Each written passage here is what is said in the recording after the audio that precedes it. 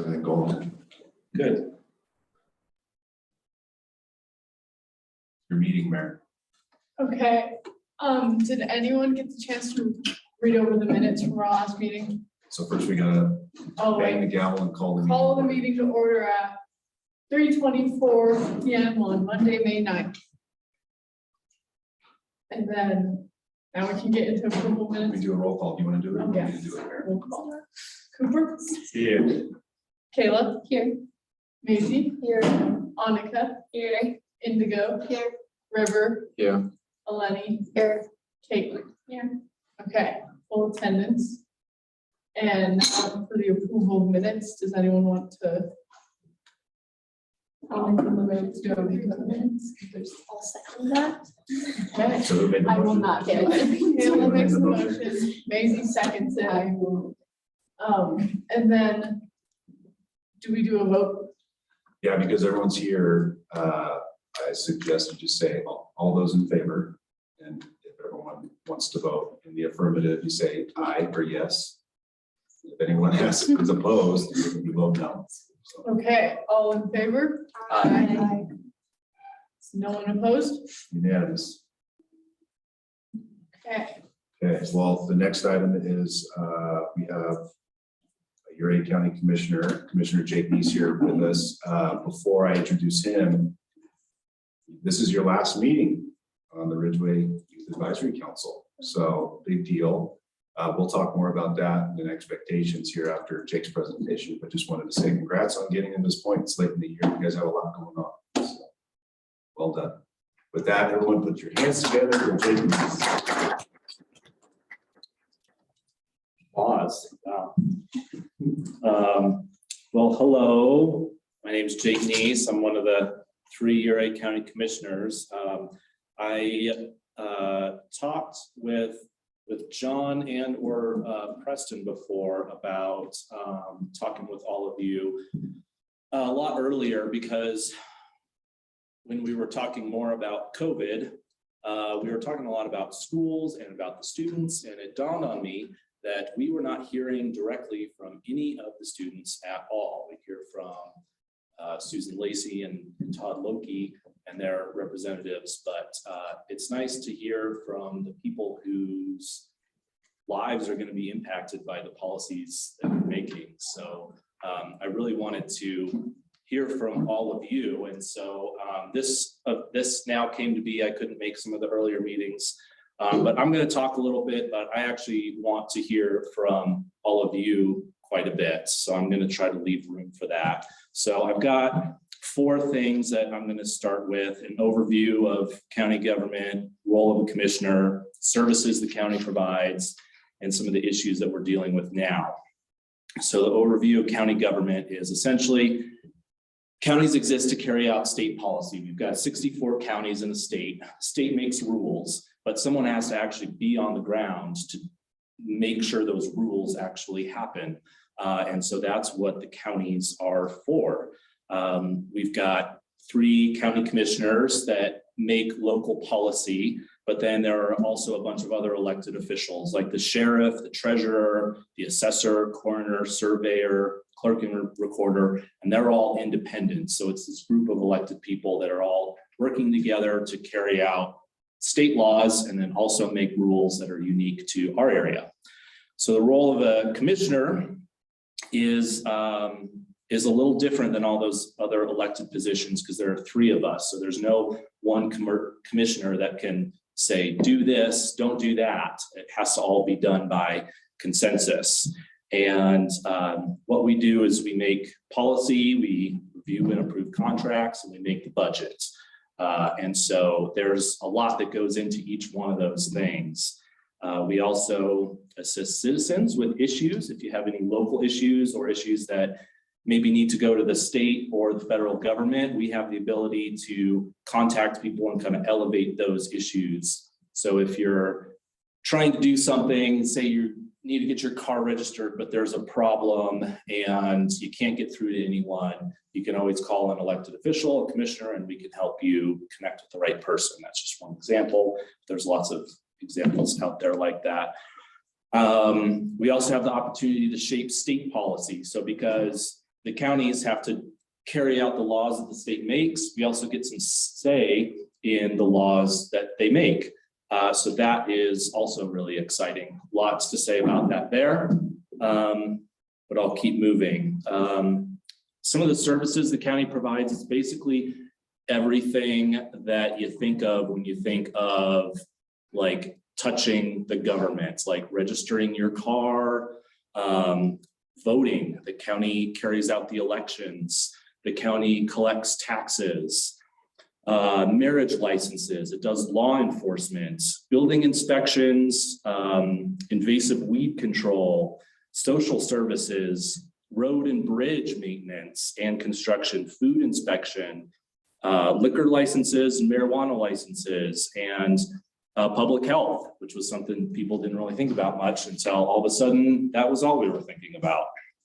And so last, I'll talk about some of the issues that I care about and some of the issues that I care about less, but that we still have to deal with. The big things that the county's facing is there's tons of new people coming to visit and coming to live. And that means they need more services. There's more cars on the roads. There's more people turning on their taps. There's more people flushing the toilets. That's more municipality thing. But those are all examples of that's a big picture item that has a lot of knock-on effects. Another effect of a lot of people moving in is the housing crisis. The county has a strange role because we're trying to focus the old master plan wants to focus more activity in the municipalities. So even though I really care about it, and I have lived the housing crisis most of my life, we don't want to put people out in the middle of nowhere where there's no services and you have to drive and it's more expensive to build out there. So what the county is trying to do and what I'm trying to do is work with Ridgway and URA and local nonprofits to help develop that housing. And because as a commissioner, people at the state will be more responsive to us, I try and help our nonprofits and our municipalities get that help from the state and the federal government. So just trying to be a partner in that way.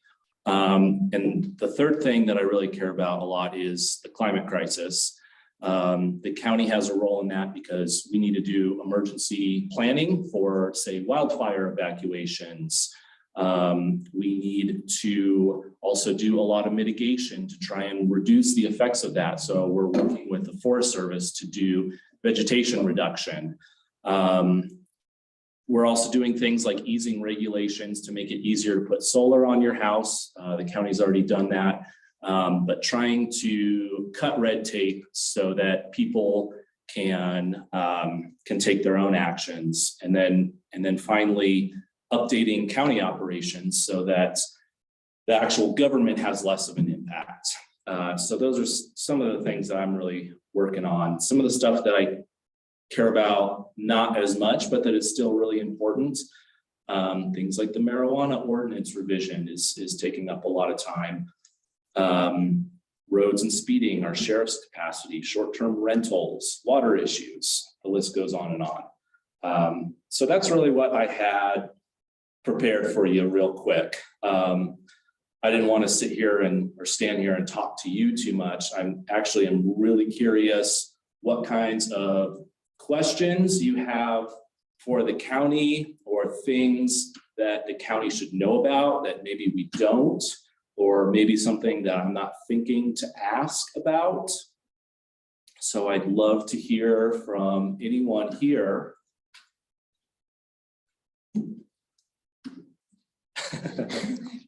So let's get the juices flowing. So his presentation should have sounded a lot like the one I gave you back in, I think it was February. There's a lot of similarities to the services the town provides, and then a lot of differences too.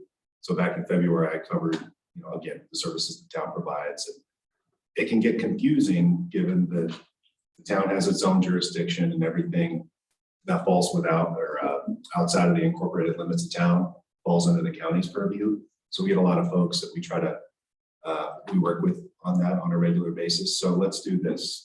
Who knows? I was gonna say, who knows where they live? That's a silly question, but who knows if they live in the town of Ridgway? Raise your hand.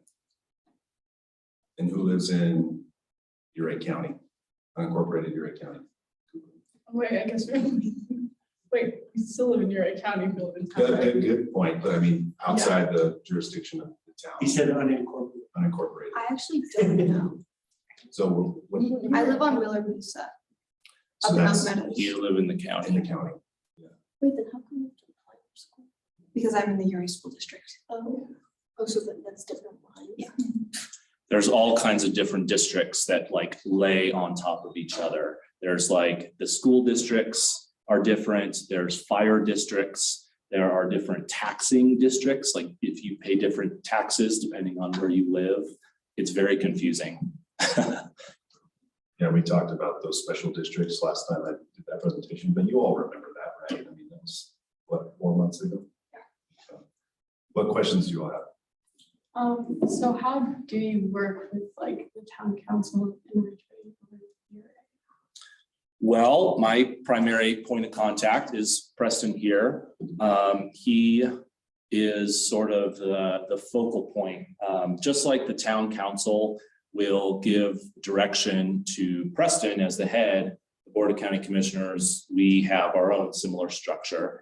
And so either sometimes we have government to government meetings. Those can get kind of cumbersome when you have so many people together. So a lot of times, if one commissioner or one council member really care about a specific issue, like I'll use housing.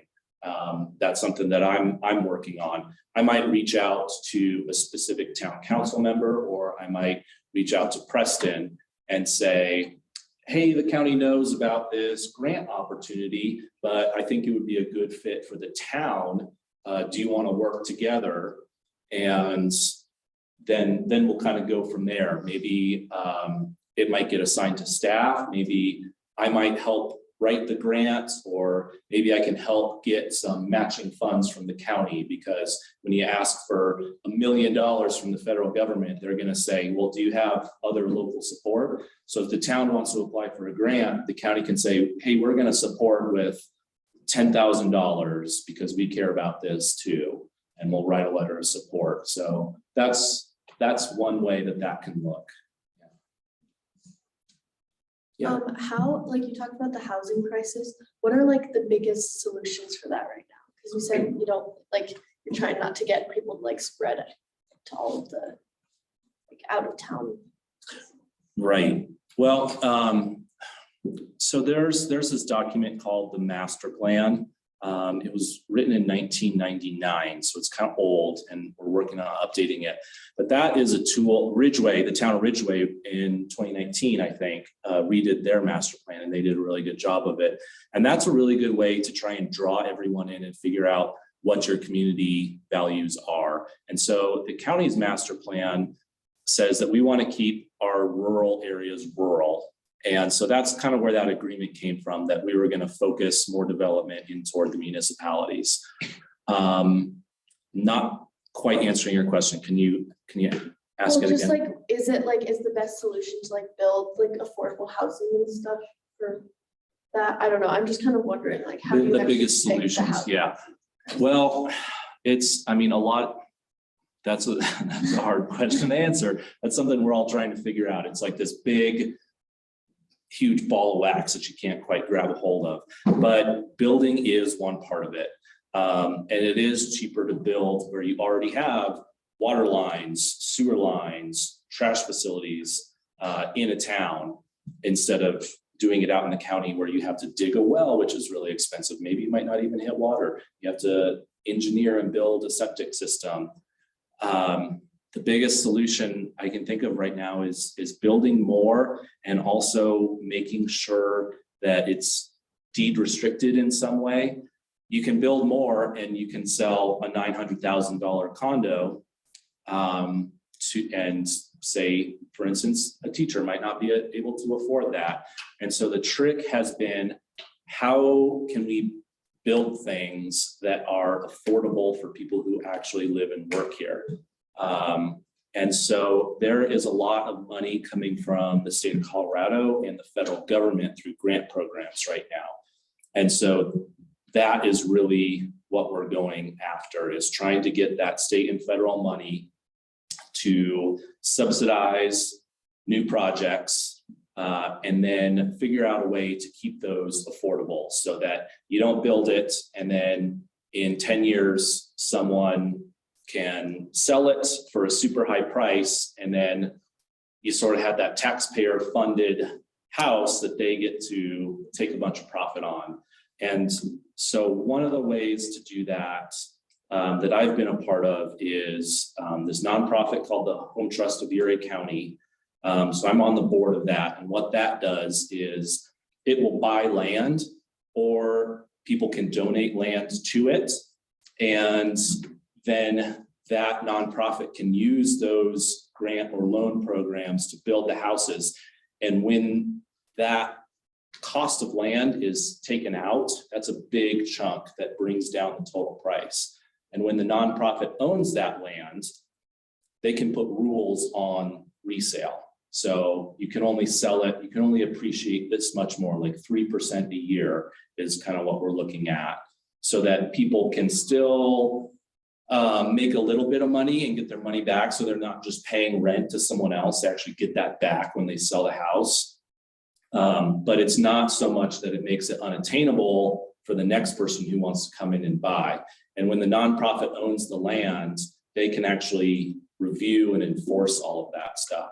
Because sometimes there are examples like in Denver where they did deed restrictions, which can sometimes be on the honor system. And there's a rule in your contract when you sell that says you're only supposed to sell under these conditions. But if you're a bad actor, you could just ignore all of that and take the profit. Yeah. So we're trying to avoid that kind of thing. Are there any like rules about how long that you have to like? So in Telluride, there's like all of these new restrictions where it's like, if you build, you have to have somebody in it for like 11 months out of the year or something. Like, is there anything like that going on here? Because I know that like it's starting to become bigger, like Telluride, and in Telluride, there's a bunch of just houses that have nobody in them year round. So are there like restrictions like that here about how long the lights are on or something? Well, I'll just give a stab at Yeah. that. I think you might be, I don't know for sure, you might be talking about regs specific to second homes. Yeah. And trying to curb the amount of folks who are just buying their second and third homes and leaving them unoccupied for portions of the year. Town of Ridgway, Do we have the county have any regs on second homes in the future that we may need to take that up? We're certainly not at that point. I'll let you give a stab at that, but I wanted to see who knows what a deed restriction is. Kind of, it's a mechanism to ensure that units remain affordable for a certain segment of the population, not just for a year or 2 years, but hopefully for in perpetuity. So it's really just an affordable housing mechanism. Achieving that and getting those deed restrictions is tough when most developers are out to make money, right? Like if you're going to build housing or do anything in life, don't you want to make money, right? Well, that's the challenge. When you get folks wanting to build whatever they want to do to sell and make money, the town has its own land use regulations, specifically subdivision regulations, and the county does too, a little bit different, but to try to usher people through the process to secure things like that, deed restrictions. I mean, we could talk for hours and hours and days about affordable housing, but I've heard you all mention affordable housing is a big deal and something to tackle. It's just not simple. So I don't know, I didn't mean to steal your thunder. No, that's fine. No, that's a good answer. So there's sort of there's the open market, which Preston was just talking about, but then if the home trust builds a house and offers it for sale and it has its deed restriction, in that case that you could put a stipulation on that, or like say in Space to Create, Ridgway is going to be managing that, right? No, No. Art Space, the Art- nonprofit developer. Okay, So Art Space is a nonprofit, they could put some kind of use restriction on that, which is possible, but in the open market, that's a lot harder. It would have to be a town regulation. And then you get into the problem, you can pass these rules, but how do you enforce them? You have to actually have someone going and checking. And that's a whole other can of worms. So you have to think about what's realistic when you're passing rules like that. Yeah. Is there any way to like do affordable housing like straight through the town or county versus through nonprofits? Just because I know like even with Space to Create, like there's a lot of people who don't make enough to like buy houses in Ridgway, but don't make not enough to like, they're not poor enough to live in the Space to Create, but they still are not like rich enough to live anywhere else. And it's like, I think it'd be nice to have like people who actually live in this community who like see like the levels of income and like know more versus like an outsider. I know, but then it's like money. Where does that come from? So we kind of need the outsider to come in, You right? answered your own question. It's Yeah. all about the measurements. Yeah. So I'll give it another stab. Yeah. That's all right. So yeah, Space to Create is a bummer for a certain segment. It's certainly hitting a need, right? Yeah. But there's some folks, namely teachers, who are priced out. So that's Yeah. it's just a big bummer. But you know, I rest assured knowing that that building, once it's occupied, will meet the needs of 30 or more. Yeah. More than 30 occupants. Now, to answer your question, if I heard it right, I mean, you're talking more of like the town as a government organization or even the county being the developer, right? Great idea. There's communities out there that do that, but they're set up better and built to do that. We're talking larger communities with bigger staffs, engineering teams, planning departments. I mean, in Ridgway, I'll speak for the county because the county has some more resources staff-wise, but for the town, I don't have a town planner. Operate very slim here with staff. So who's going to be doing all that work to make sure it pencils out? It's just a lot of additional staff time and a lot of additional staff time for one specific project. Say we're just tackling one development when we have all these other services and stuff to be accounting for. Great question. That's one element, one thing that many communities, even in Colorado, we're trying to do. But how do you do it the right way? I'll throw in something. You're the mayor, so you have to call on me. Yes. Thanks. I think it's great that you're having this deep dive on affordable housing. I wish we would have tackled it sooner because there's so much to talk about. Like Preston said, but I think what you're talking about, just so you all know, as you go out into the world and want to make a difference in this way and other ways. What you're talking about is referred to as the missing middle. Those people who aren't truly low income, but they don't make enough to be able to afford these high real estate prices that we live with now. And that's kind of the biggest challenge. I think both of these guys would agree with me. That's the biggest challenge we face is that there's really very little in the way of funding available for those kind of needs. Because over time in history, there's been much more obvious need for people that are strictly low income. So when you get into this gray area, the missing middle, where people aren't really low income, but they're not making enough to afford the prices that we have, it's really hard to figure that out. My dream is to, in the town of Ridgway anyway, is to start finding some of these property owners that own vacant lots that have been vacant for decades, who obviously the land is bought and paid for, because land is probably the biggest piece of the puzzle in terms of the expense these days, the cost per square foot of the ground. Of course, on top of that, there's already building materials, and utilities, and everything. But if you can get the ground for less or even nothing by finding a property owner who wants to make a difference in Ridgway and is willing to work with the developer and maybe supply the land for a write-off or something like that, then we can possibly be able to make a dent in this challenge. it's a huge, huge issue. And I can speak to it personally before, so I'm a pretty new commissioner. I've been at it only for a little over a year. And before that, I was working for a nonprofit. I was in that missing middle. I was making about $45,000 a year, doing energy audits for a nonprofit. And I was using one of these low income programs to get a loan because I, like a lot of people, worked seasonally, wildfire in the summer and then other stuff in the winter. And because it was seasonal income, the bank wouldn't count it. So I used this USDA rural development loan program, and I almost made too much. And I was actually offered a raise. And while I was going through the application process, I had to turn down a raise because if I made $1,000 more that year, I wouldn't be able to get a loan to build my house. And so I had to work the system, which, you know, I had to turn down a raise, like, because if I made $1,000 more and all of a sudden I'm, you know, I make 46,000 and I can't get a loan. And then guess what? If that had happened, I probably wouldn't be a county commissioner because I would still just be bopping around between different houses and stuff.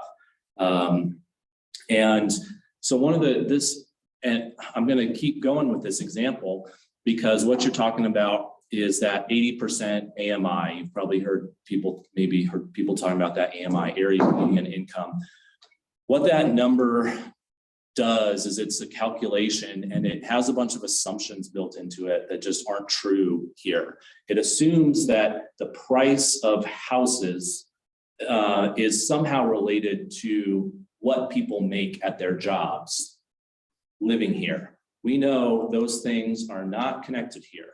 So 80% AMI, that might make sense in Denver, where suburbs, where it's not as expensive to live and there are more jobs you can make money. But here it doesn't make sense. And so a lot of these state and federal programs were aimed at 80% AMI. Last year and this year, while the state was making new affordable housing programs, I and a bunch of other folks talked to the state policymakers and said, hey, this 80% number doesn't work. Let's explain why. The other thing that changes it here is we have a bunch of retired people. A lot of them make $0, but yet they have a lifetime's worth of savings to pay top dollar for houses. So that makes that calculation even more lopsided. Nothing against them. It's just that calculation doesn't assume that. And so those state lawmakers heard that, it made sense. And so new programs that are coming in the next, maybe this year and next year, they're going to allow resort rural counties to have a qualification level of 120 to 170% AMI, which should help grab that missing middle. Now, that's not going to help projects like Space to Create. That one's already through the looking glass. But that is a great example of being frustrated with something in government and getting in and then getting access and explaining and actually getting some stuff changed. So we're hoping to capture that missing middle with future programs. You want to go? You could go. My question is kind of quick. I was just wondering if so since the affordable housing is kind of a problem, does that affect, I guess, expensive housing? If there was a person who has plenty of money and wanted to just build a really nice house, and there was a nonprofit or something trying to do an affordable housing thing, does that does one get priority over the other? Because we're in a housing crisis, does that make it harder to build a house if you can afford it? Or do they still just get to build it because they have money? Well, no, I don't think it's prioritized. I guess you have priority if you have more money. Say if you're both trying to get the same piece of land, person with more money is probably gonna be able to buy it. Okay, yeah, that's correct. Unless the seller wants to, just out of the goodness of their heart, sell it to the developer who's trying to do an affordable project. That's not gonna be the realm of government as much. And then if you have like two different lots of land, both applying for building permits, they're both going to get processed the same by the town or the county. Yeah, that's really well said. And just to give some examples, there just recently are some examples of folks out of the kindness of their heart selling or donating land, selling land at a discounted rate for a specific project. We have one in the pipeline, the one Andrew is working on. And then another one that the Telluride Foundation Rural Homes Project is over on block 34 in Frederick over here. That land was purchased and ultimately donated to a nonprofit for an affordable housing project. So he was spot on. Certainly there's instances where folks out of the kindness of their heart for purposes of affordable housing or projects like that, they do that. But we'll be careful with my words, but I think the large majority of folks are out there to make a dollar, so then there's nothing wrong with that. But navigating that in these times is the challenge. My question is off the topic of affordable housing, so Yeah, anyone else got anything? Just want to make sure. Okay. So it's kind of like going with that, like that middle group of people, because I know like me and Cooper have run into this year as seniors, and the town does offer a scholarship for seniors, but I think it would be super nice if the county could do one too. I don't know if there's any like program set up for that, but like anyone from Ridgway, pretty much everyone at this table is not going to qualify for any money from FAFSA, which is like the federal program, because again, it's like we're not truly low income, but also paying like $30,000 a year for college is hard. So yeah, that was just like one of my county suggestions. I think would be a good scholarship program. and what I can do is talk to Preston and see what the town does, so that we don't have to reinvent the wheel. And just an example of county and town working together in the process, I'll get that information from Preston. I'll introduce it to the other county commissioners. We'll discuss it and see where it goes from there. Yeah, So thank you. I will raise the topic. Yeah, that would be awesome. Because financial aid is not really that much. Yeah, I don't know why, but like every movie and everything I've watched my whole life, it's like, oh, they get a full ride. It does not really work that way at all.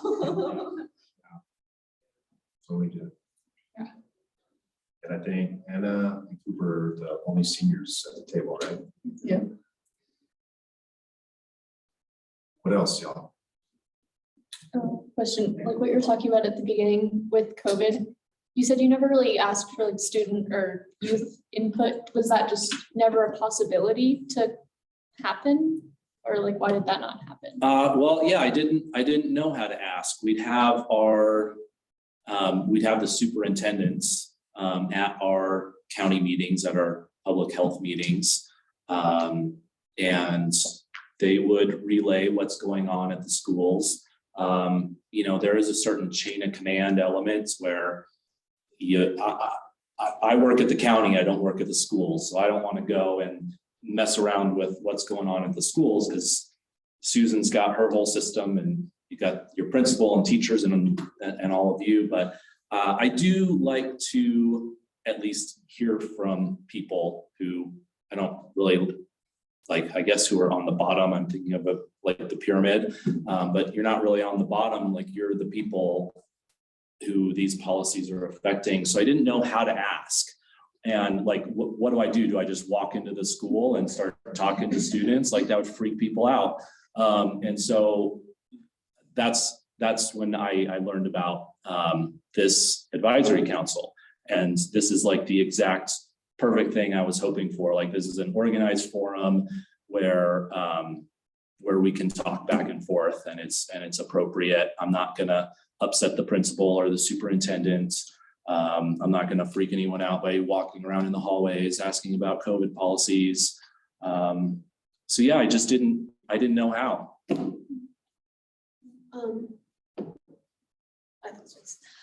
So, I mean, I know we're like kind of still in COVID, but now we're like more out of it. Are there any like main things that you want student input on?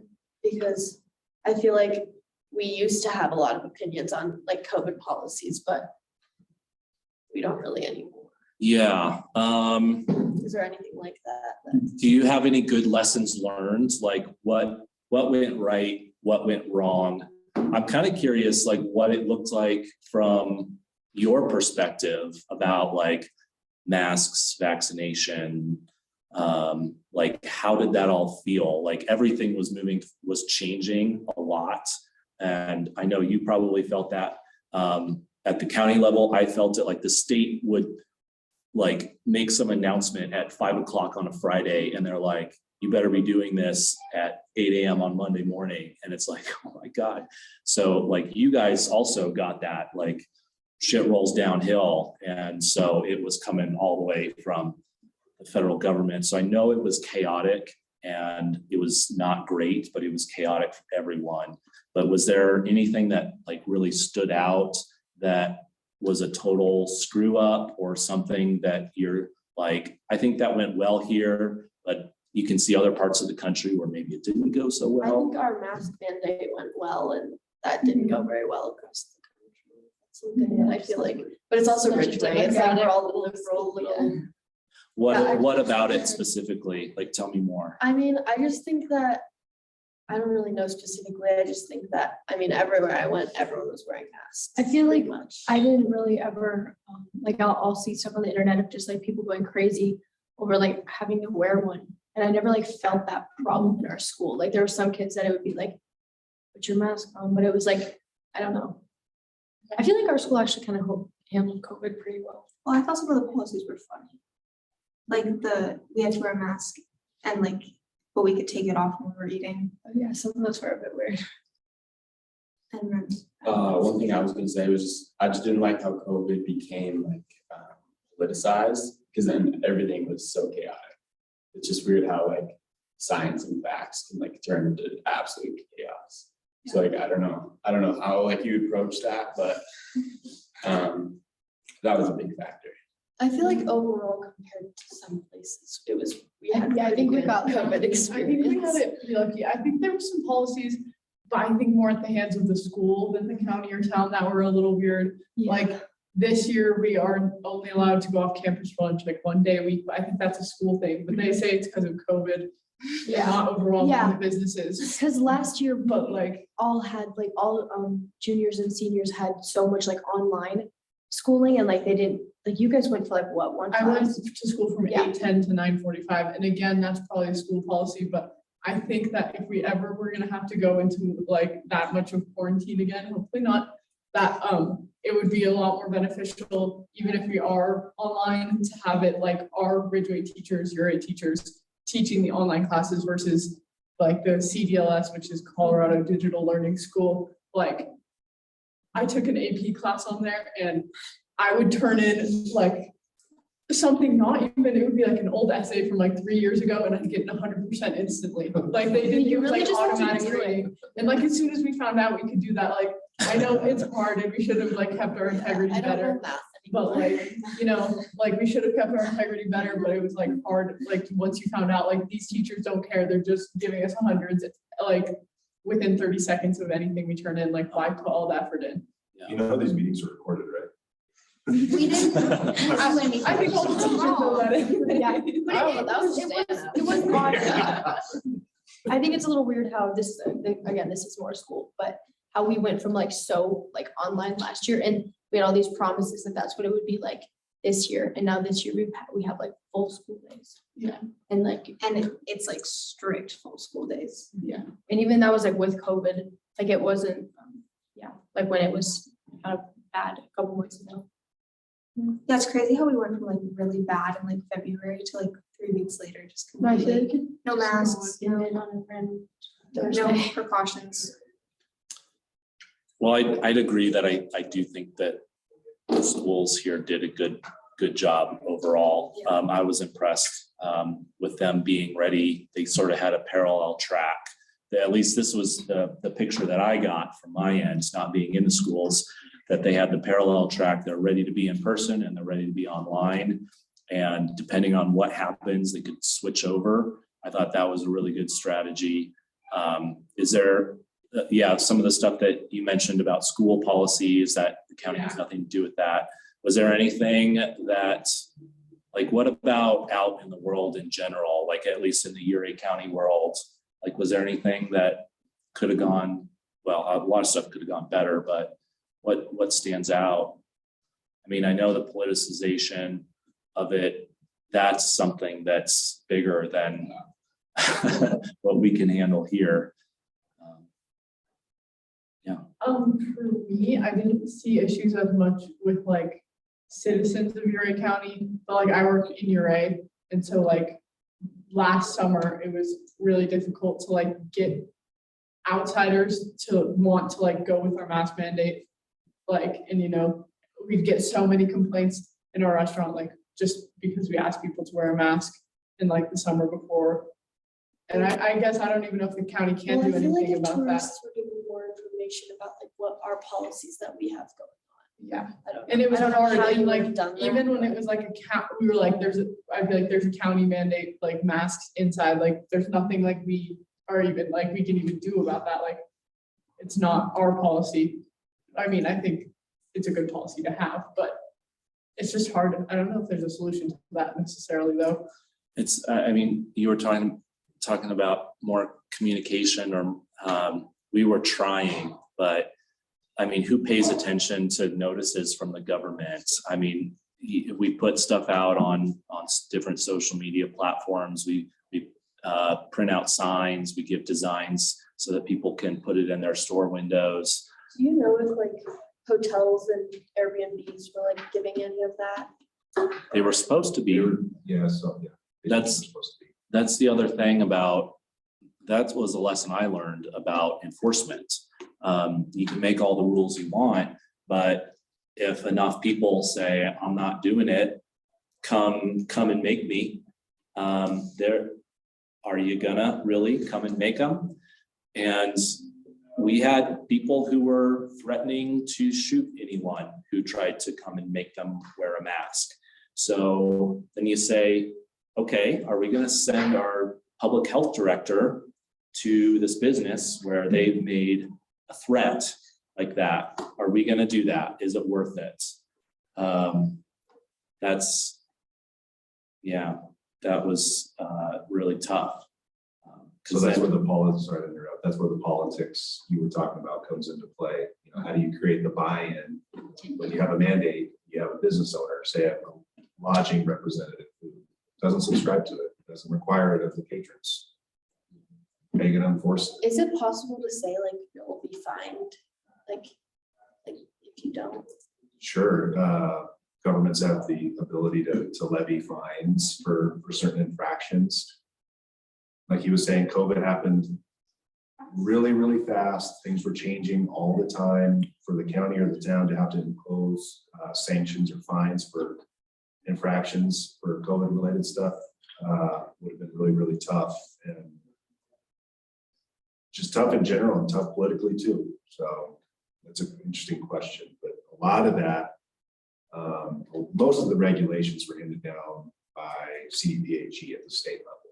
And so us always trying to play catch up to get everyone on board and doing what they're supposed to be doing was the challenging piece.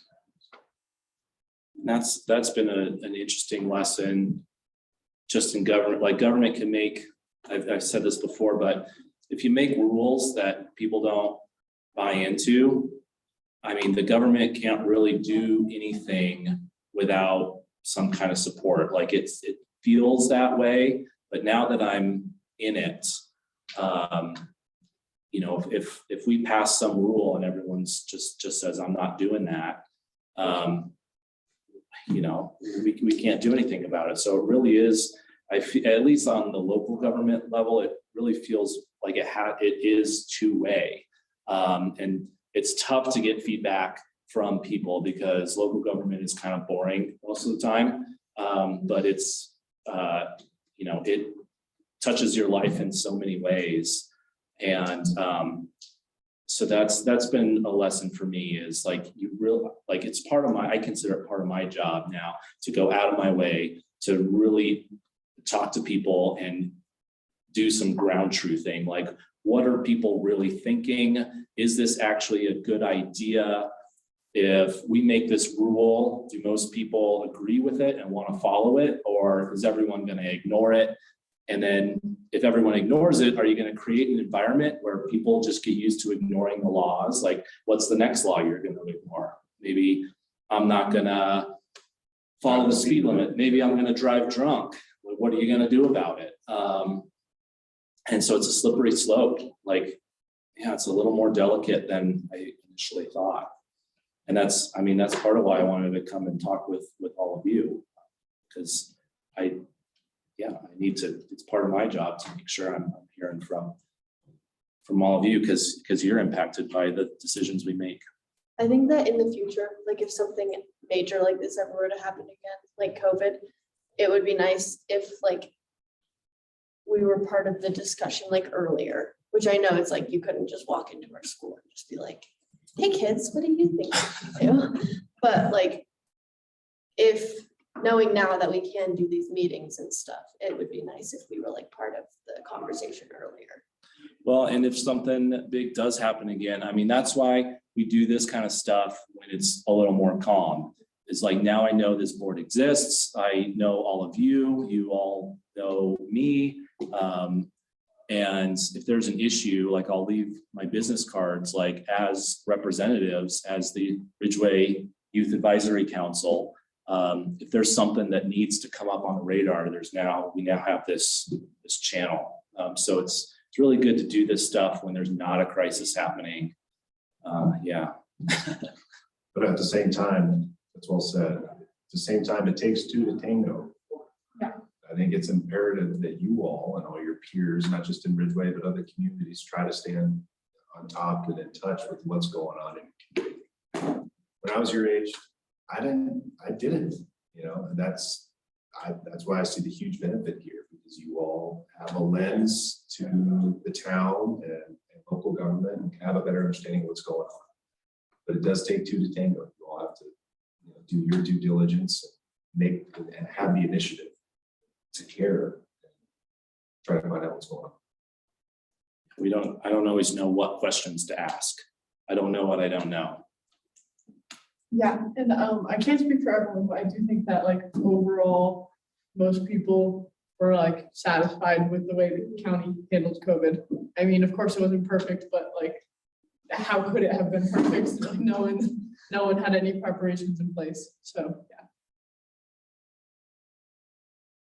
What else? There's a lot more going on than affordable housing and COVID, but I think I've probably taken up quite a bit of time. I want to make sure I'm staying within your time range, but I've got time if you have anything else, or are you the mayor? Yes. Okay. Are you, and the meeting manager? I just want to make sure that I'm not running too long.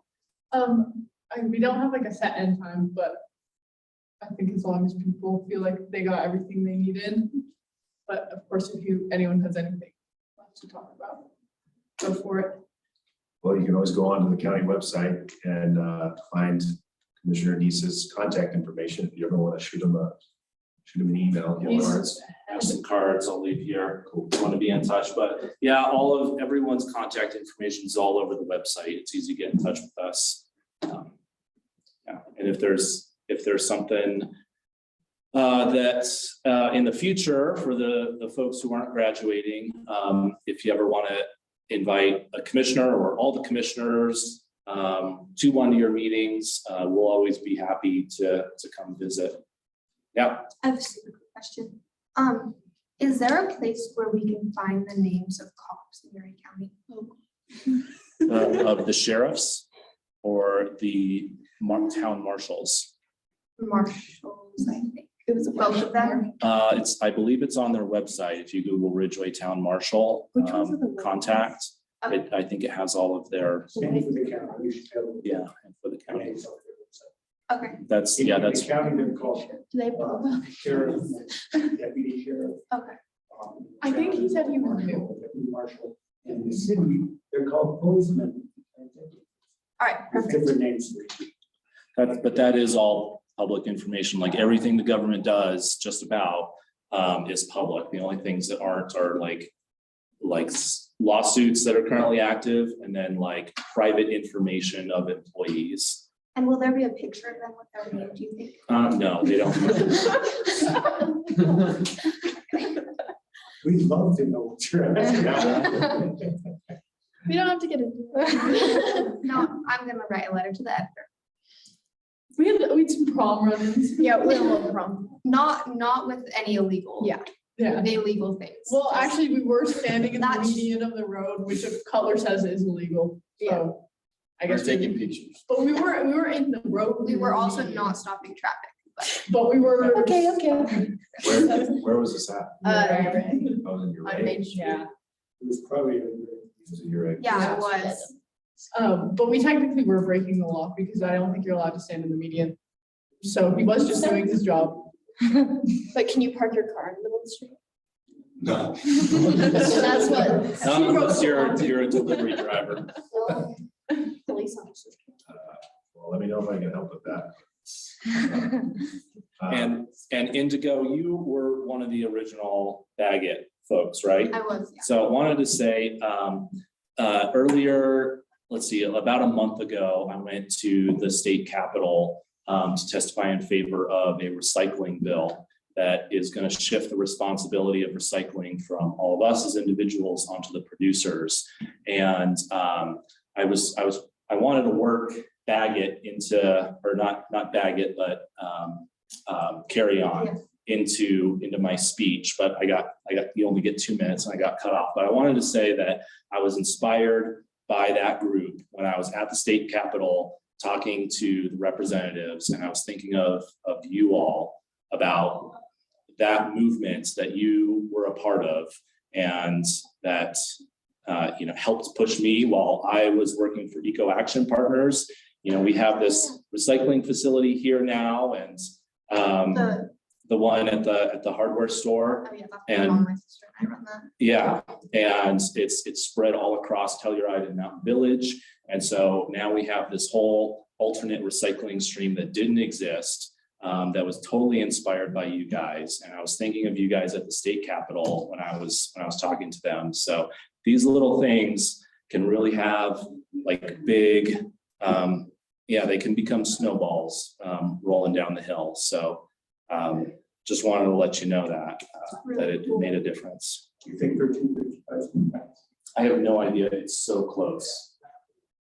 The state assembly is, their last day is on Wednesday, and there's a whole bunch of really important bills that they put off to the absolute last second. That recycling bill is one of them, and it's super duper close. But I went there and spoke in favor of it, so I hope that my little nudge helped. Suppose we could all call our senator Don Corum and ask him to go for it. I Yes. have another question. I don't know if this has anything to do with the county, but in the ordinance that we passed, there's a fee for people who use plastic bags, right?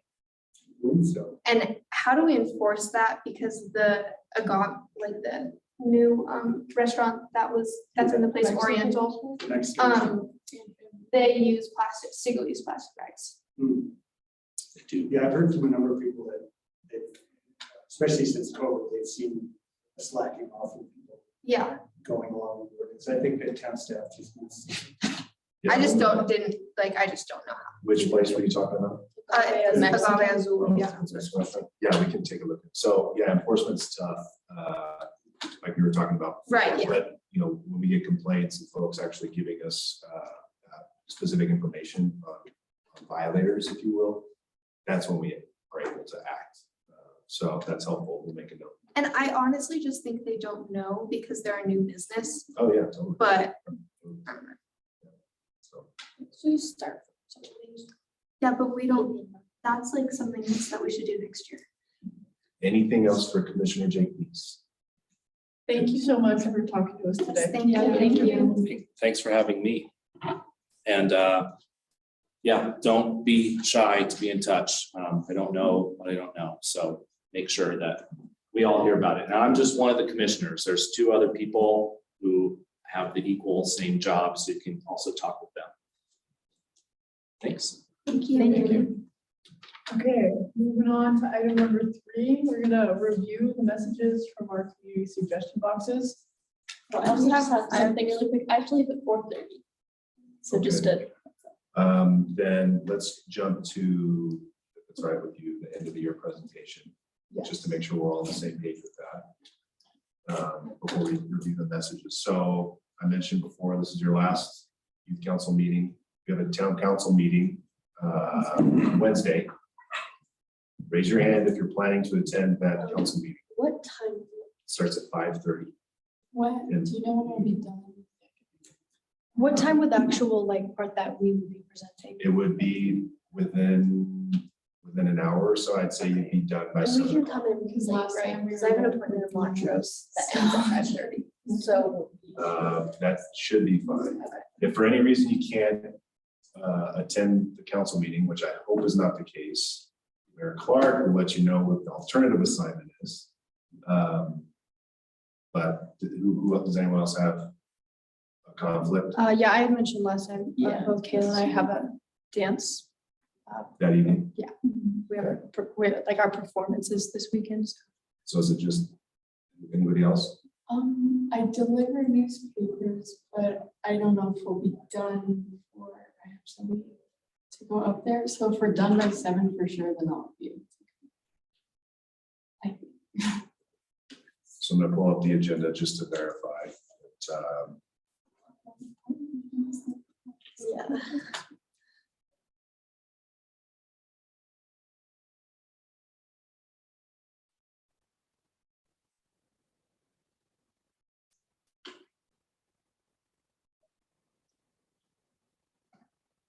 Yeah, I'd say by 7 o'clock, we may need to, Mayor Clark, just adjust an item or two for their presentations, but in order to have them out by 7 o'clock, That's it should fine. be pretty simple. I'm sure we'd appreciate as many people to be there as possible. At least So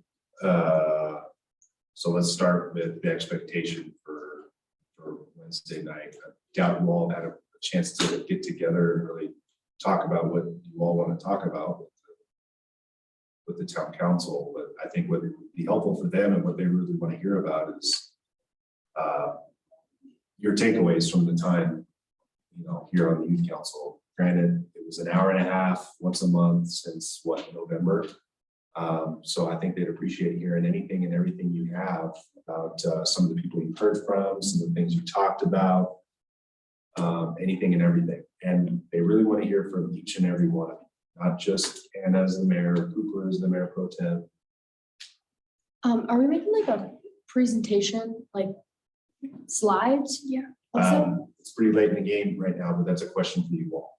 okay, because I was wondering if it was like, we each make like a slide about like ourselves and like our experience, or if it like we all split I up and think like that- take chunks of things that we've done. That could be a good idea, and then maybe we could have people like represent you two, like, Like if we you each could made like like a make your little- slide and then like, like super simple, just like Like, yeah. kind of like your biggest takeaway from it, along with like something Yeah. you learned. because I think like, I mean, we did accomplish things this year, but it's not like we have like tons of big projects to talk about. So I think talking about like the lessons we've learned from being able to. Because that's definitely like what I've gotten most out of like Yeah. this, is like all the things like that I've learned about like our community. And so maybe we could all make one slide and, those who are gonna be there don't have to put a lot of words on it or any, you could just put some pictures. And then Or for, nothing. no, for people who will be Oh, here okay. and just start talking, but like for, Eleni and Kayla, you Yeah, guys can just write out. write some more stuff out and one of us will read it off for you. Yeah. Does that sound? That's I would it. like to do that by Wednesday. You think you can do that by Wednesday? I think we just do a slide.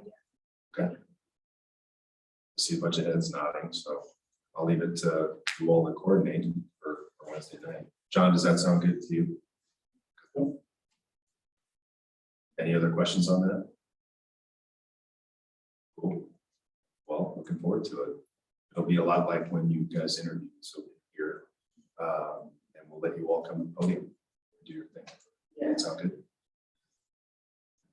Okay, unless there's anything else, we'll go back to the boxes. That work? Okay. Go ahead. Okay, I have the school ones. I'll just read them, I guess. Okay, I've actually heard this, I don't think there's only one written thing about this, but I've heard people say this a lot. Getting like a real dog park, like an enclosed one, that's not the soccer fields. And I think that'd be really nice, especially with how much those fields are used now, like now that the high school teams use them and along with like all the OCSC, yeah. So, because it's not great. This one says kids shouldn't have to play soccer in dog food. That's what that one says. No, I was just thinking about, is there's like green space by the tire swing? Oh, yeah. That I feel Yeah, like, that's what like I refer to as the dog park my whole life, but I also think that like. maybe you're. Most it's kinda people- Small. and Most people little think, like most people, like I live right there and I always just look out and it's like dogs everywhere. So people definitely kind of think of the soccer fields as like a dog park. So I don't know, I think that that could be cool. This was disc golf course at the secondary school, elementary school, or Solar Ranch. Someone really wants disc golf. So, I'm sure that's the best use of the town's money. yes, Disc golf. for disc golf. I've heard that a lot over the years.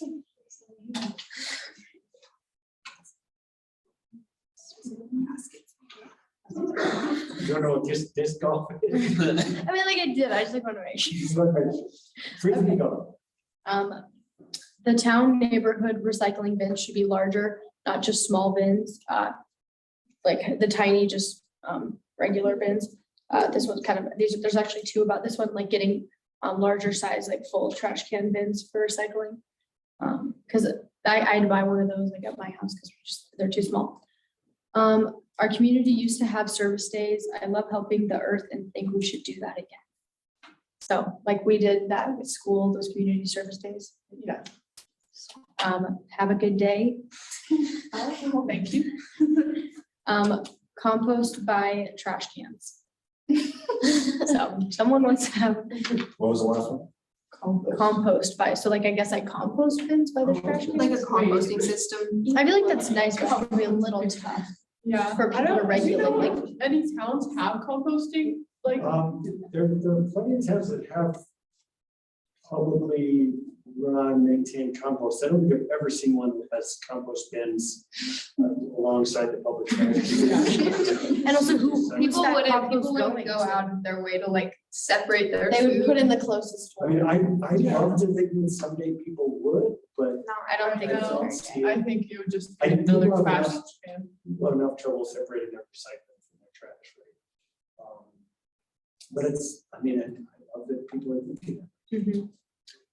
This one says student discounts. There's two of those actually, like, this is kind of a business one, so I don't really know how much the town can enforce that, but like having discounts for students at like restaurants and businesses. And new art, Oh. New what? new art, like around, New public? yes. Interesting. Um, a track for athletes and community and turn off the wind. So, you guys better get on that one. But yeah, a track. Immediate action, turn off. But yeah, I think their main focus is the track. Send ballots to all voters for town elections, plus affordable housing. Let's just get right on that. I'm not sure how the ballots work. Well, maybe, Yeah, how do ballots work? So that's a hard question to answer, but when the town does elections, like specifically like our town council elections, we send out our own ballots to registered voters within town. So in order to get a ballot, you got to be a registered voter. Oh, that makes sense. Same with the county, and if there's ballot issues or something that the town is exploring, putting before the voters. I imagine in the past, it's been a coordinated effort with the county. As they often, I should say often, sometimes have their own ballot initiatives, and some of the other special districts do as well. So I This think one the just- question has more to do with the fact that federally, statewide, mail ballots are automatic. Everybody gets it. And I think that person was asking, we institute that as well. In other words, everyone get a ballot. At this point, if you're gonna be out of town, or you just want to vote by mail instead of having to come to town hall, you can request what's called an absentee ballot. You heard of that? And that's the way everybody used to do it. They didn't use mail ballots unless you were absentee. So I mean, I think it'd be worth asking him what the ramifications would be cost-wise and everything. Doing a mail out where everybody would now got mailed about it. We'd probably get a better turnout. Yeah, totally. So I think it's a good question. And then another one for the student discounts and again for the big bins for recycling. So, and that's it for the school. So I'm curious, the question about the bins, that's for your home recycling bin, the blue? Mm-hmm. Just like the little Not blue big enough. plastic Not ones. big enough? Yeah, yeah, that one's not big. Wow. Like a For full one, size. you create much more than that. I'm not gonna lie, me and my mom, like, I My have, family we use does. we do a lot more recycling, like our recycling bin is a lot fuller than our trash bin. Us stuff. too. and I We got guess like a big one. It depends on the size of the family. That's, I'm interested to hear that people have more recycling will fit in that in 1 week. Yeah, I also- I think we have two, Yeah. because we have to. School LaCroix pack drinkers. it in. I also Yeah. do like that one because I think it's also encouraging recycling, Absolutely. which is good too. Because sometimes, you know, if your recycling gets full, then like just throw it in the trash. Right. So, Sorry, Preston, will you find out if, Ruin charges for a second? Yeah, we have a franchise agreement with Bruin Waste, so we'll have to look at that agreement, talk with Bruin to see if they have any other options for bins. But You know, second bin. well, I know that's an option. If people want to I just don't know second the bin, cost. right? So that's certainly an option. So, but we can look into larger bins. I don't know if they do that. I took out my trash, right, and the recycling. And then I was walking out and the trash truck came by and took both of them and put them in the same truck. Is that, I would, if I were you or parents, I would call Bruin Waste immediately and report that, okay, because that's awful. You're telling me they put recycling in, but yeah, they just grabbed their recycling and put it in the same trash, or in the same truck that they put the trash in. the trash in, yeah. And I heard that sometimes they do that if they're in a rush. yeah, that's what we. Yeah. Yeah, no, they shouldn't be doing that ever. And I haven't seen that happen before, but I was just kind of like, Well, yeah. 'Cause it was definitely one truck, Right. and I Did you walked, receive that? Did you see the truck actually, did the person actually do that? yeah, Oh. Yeah. If you ever see that again, be that guy, but you should They get a, shouldn't be doing that. They shouldn't? And I was talking to this guy, Al, one of their drivers, when we had our Saturday cleanup a few weeks ago.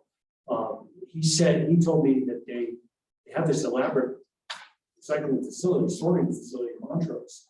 But he said, at least from what I understood, is that they had such trouble hiring sorters that they basically just take all the recycling they get and ship it to something, ship it out of state, unsorted.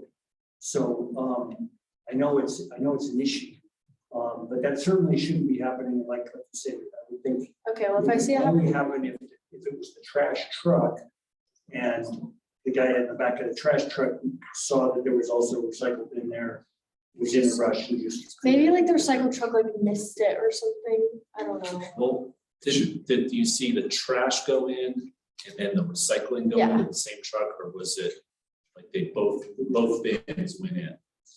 It was the same truck. Okay. I mean, but it also could have been like, our recycling was kind of like hiding behind the trash can, so they could have like, the first Missed it. recycling truck could have missed it, and then the trash truck saw it and was like, oh, the recycling should have already gotten this, and then took it, so that we weren't like mad. That's. well, I still would recommend you, it shouldn't be commingled with general refuse trash. So, you know, make a note of it, maybe get the license number on the truck, report it, get a representative to talk you through what. Okay. Well, I'll put my recycling bin in a more obvious spot, and then if it happens again, then I'll. Because could have been my fault. Thanks for letting us know that. I'll read the ones from the town, not many. This one says, be happy, have the best day of your life.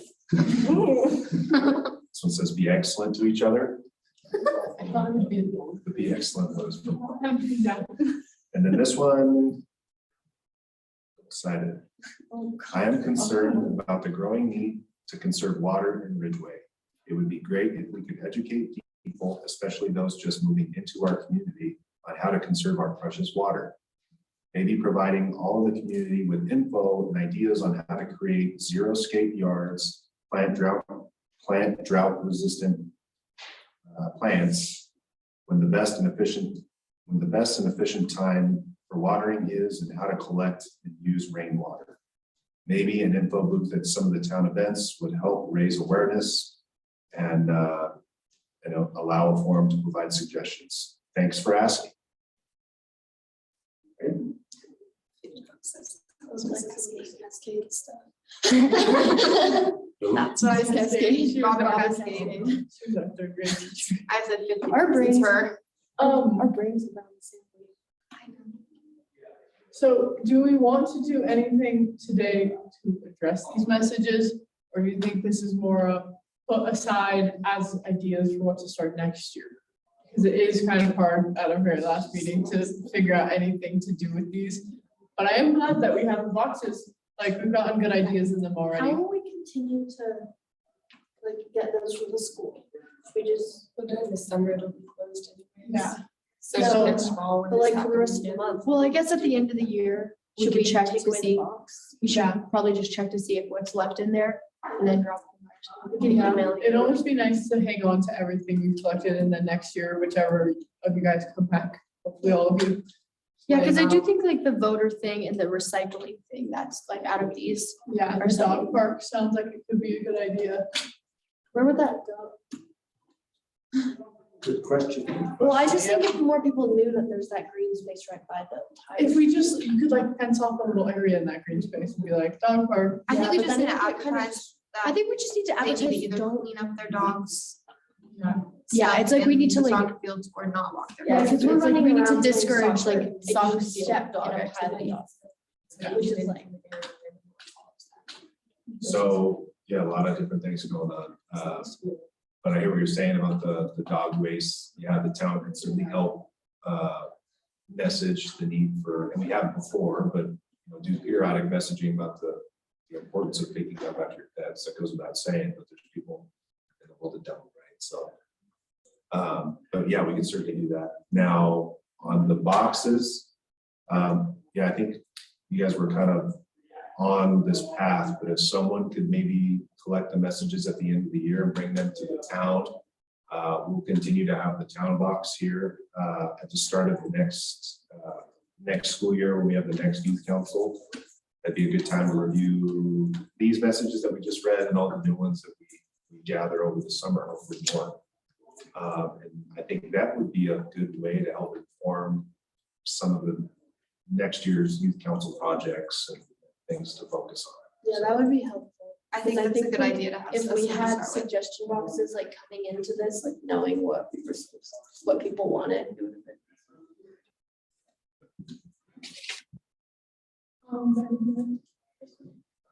Any other thoughts? I will take responsibility for making the Google Slides and sharing it with everyone. I'll get that done tonight at some point.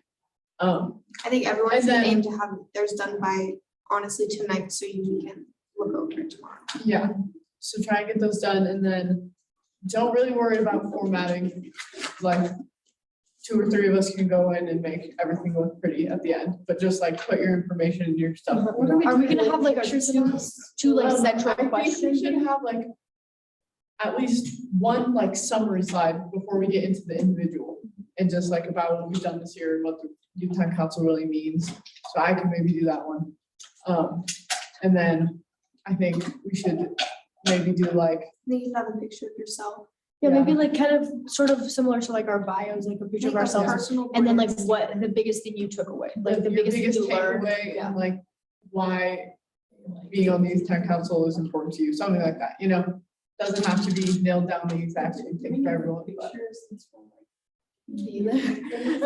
yeah, and like. I mean, maybe just to have the pictures in case somebody like looks back on it. Yeah, Yeah. I think it's just like a little picture in the corner. I think Yeah, would be and nice. like, if you find like a Google image that fits what you're trying to say, you can throw it on there too, you can put whatever you want. So, and then maybe we can have like, make a conclusion slide, maybe talk about our boxes a little bit, Yeah, definitely. so I'll get that sent out to everyone. We have that Awesome. chat also that we can like talk to each other. Yeah. Thanks for doing that. On short notice, but council wants to hear from all of you. So keep that in mind. Who wants to volunteer to do the next meeting summary? Has anyone not? Who done it? hasn't done it? There's a couple people. And who wants to confess to not doing past meetings? I did it. Summary? Did you do it? Yeah, it's on there. On there? I swear, it's on there. What about the one before that? I did that. I put that one on there too. It's You did? also on there. Okay, good. I think I just looked and they were all, I looked today and I thought. I don't know if I published it to like the Oh, whole maybe that's what it world, is. Maybe it's just. but it's on, if you can edit it, they're all on Don't there. forget to post. Indeed, Well, I didn't know if I was he supposed can't to. see it if you don't publish it, even if he's on the editing part. Yes, he can. Yeah, it's only you. No, because if you're just collaborating on the publish it, website, Yeah, well, okay. I will publish it. That was my bad. No, you're But it good. is on I'll- there. I'll check, but thank you guys for doing that. Who wants to do the next one, which includes the end of year recap? I guess someone can go on there after Wednesday's presentation and maybe upload to PowerPoint or something and use that as Yeah, I can do end it. of year recap. And will you send me that PowerPoint as soon as you get it done? Yeah. So that I can get it on the screen. Yeah, I'll just share it with you and I share it with everyone. Anything else for the good of the order? Well done this year. Yeah, thank you, Preston. Thank you. And Mayor John Cook. We appreciate I have you guys. I have a super fast question. Are we gonna start this earlier next year, or is it gonna start at the same time? Interesting question. We've started around the same time the last 2 years. We could certainly do it earlier, but these students have a lot going on at the beginning of the school year. So, inundating you with things and having you fill out an application, in my eye, it doesn't seem like the best thing to do in like September. I think we normally, I think we do release it in September. We do the interviews in October, though. This Yeah. last year, didn't we? Yeah, and then it like started. Yeah. So I you think it so. should happen sooner? I'm wondering. I was just asking. What do you guys think? I mean, it's totally out there in a way, but have it be part of what we do now for next year. Those of you who aren't seniors. I mean, I guess it might be an issue for new students next fall, but it'd be great to know that you had already applied, had it figured out in the summer. And you got it right in September. I agree. It seems like it goes really fast, right? And there aren't that many meetings. I feel like that is, Like just A good keeping this idea. group and not. no, like we would like apply now Give it out instead to of all the this Oh, year's next year. juniors, seniors. like the application just happens. Or this year's Yeah. freshmen, sophomores, and juniors. And everybody could apply who's interested and actually have it decided before school. Is that would that be too crazy? I mean, I don't I think that'd think be- it, for me, might- it's just be a little bit crazy because it's like we only have a little bit of school left and then like people during the summer are not gonna. Well, I don't know about Like, this how year, but if will- we do that next year and Yeah. like give applications Yeah, out we- in like April. Yeah. And then have it decided by like May, so then it's like not as much of a hassle. Yeah, and- that won't really. Yeah, because I definitely, That would be the main us. reason I heard about it was through school. Yeah, Like like school. maybe told and like Jen's. I mean, I guess if we could do that, like get. So if it would have going been during right the now. summer, I don't think I would have known. Yeah, I wasn't thinking during the summer. And it might, I just threw it out as an idea because it does seem like it's maybe a little premature, too soon, but it would be nice to get the council up and running a little quicker. Because basically October, November, December, January. We have 8 meetings this year. 7 or 8, yeah. And I feel like that's not, I mean, that's a lot. I mean, it's not a lot, like, it's hard to get stuff done in Yeah, that Sure. amount of time. I'm looking at your Google site and March and April recaps are not public. I'll publish them. What do you think, Kristen? Is it confusing or? When does the school year start? When did it start this year? What was the date? It's like It's August August 28th. Yes, like last week. I think we can commit. I think it'd be easiest if we solicited applications at the beginning of the school year, but earlier, maybe even like August 1st, get them dispersed to you all. And do it in a way where we can afford another 2 or 3 meetings out of it. Yeah. So, see you, Jacob. Thank you. What do you all think about that? Yeah, it would be nice to just, because I feel like it kind of took us a while to get like this box thing started. And now it's like we finally have it and we're out of time. So like, I feel like even if we would have had one more meeting like after this, like we could have started a month earlier and gotten one more meeting in, because then. Yeah. But I now guess- we have the boxes and we're kind of, most of us are juniors, so we'll have. But I just mean like, going back, like if we could have had more time this year, I think we could have been a little more productive. So maybe like next year having that.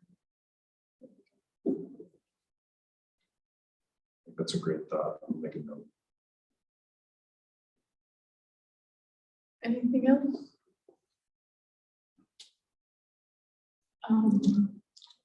Preston? Okay, I'm gonna adjourn this meeting at 4:44. Thanks, guys. Thank you, guys. Here, See you on Wednesday. Yeah, I'll see you Wednesday. Thanks, everyone. do you want these? Yeah, actually, I'll take those. I'll put them in here. Yeah. Should me and Cooper take our name cards? We don't really need our name card. Sounds like you want to. Can I take one? Yeah. please. My You want mom's to gonna write want this in the memory box. Yeah. that? We got it. Does anyone want one of these? This guy? Oh, yeah. It's also like definitely on the town website. Yeah, but I don't do very. If I have a little websites. Thanks, Thank you. No, I think you're just.